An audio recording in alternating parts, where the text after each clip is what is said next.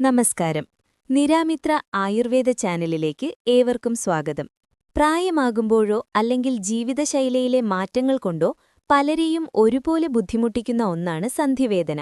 മുട്ടുവേദന, നടുവേദന, വിരലുകളിലെ നീർക്കെട്ട് എന്നിവ നമ്മുടെ ദൈനംദിന ജീവിതത്തെ തന്നെ പ്രയാസകരമാക്കും.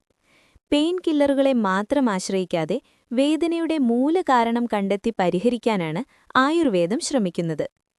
വാതരോഗങ്ങളെ എങ്ങനെ നിയന്ത്രിക്കാമെന്നും സന്ധികളിലെ തേയ്മാനവും വേദനയും കുറയ്ക്കാൻ വീട്ടിൽ തന്നെ ചെയ്യാവുന്ന കാര്യങ്ങൾ എന്തൊക്കെയാണെന്നും ഈ വീഡിയോയിലൂടെ നിരാമിത്ര പങ്കുവയ്ക്കുന്നു. ആയുർവേദമനുസരിച്ച് സന്ധിവേദന പ്രധാനമായും വാതദോഷത്തിന്റെ അസന്തുലിതാവസ്ഥയാണ്. ശരീരത്തിൽ വാതം കൂടുമ്പോൾ സന്ധികളിലെ സ്നിഗ്ധത അഥവാ ലൂബ്രിക്കേഷൻ കുറയുകയും ഇത് വേദനയ്ക്കും നീർക്കെട്ടിനും കാരണമാവുകയും ചെയ്യുന്നു. ഇതിനെ സന്ധിവാതം അല്ലെങ്കിൽ ആമവാതം എന്ന് വിളിക്കുന്നു.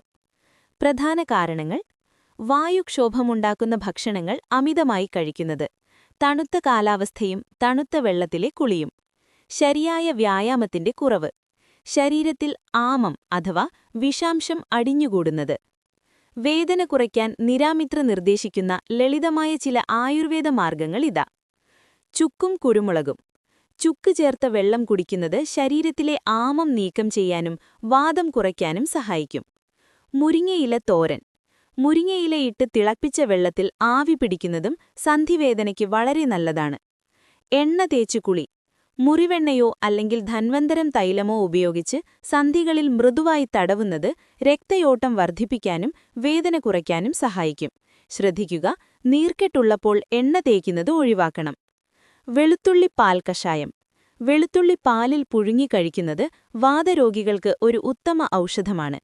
ശരിയായ ഭക്ഷണക്രമവും ലളിതമായ യോഗാഭ്യാസങ്ങളും ശീലമാക്കുന്നത് സന്ധികളുടെ ആരോഗ്യം നിലനിർത്താൻ സഹായിക്കും.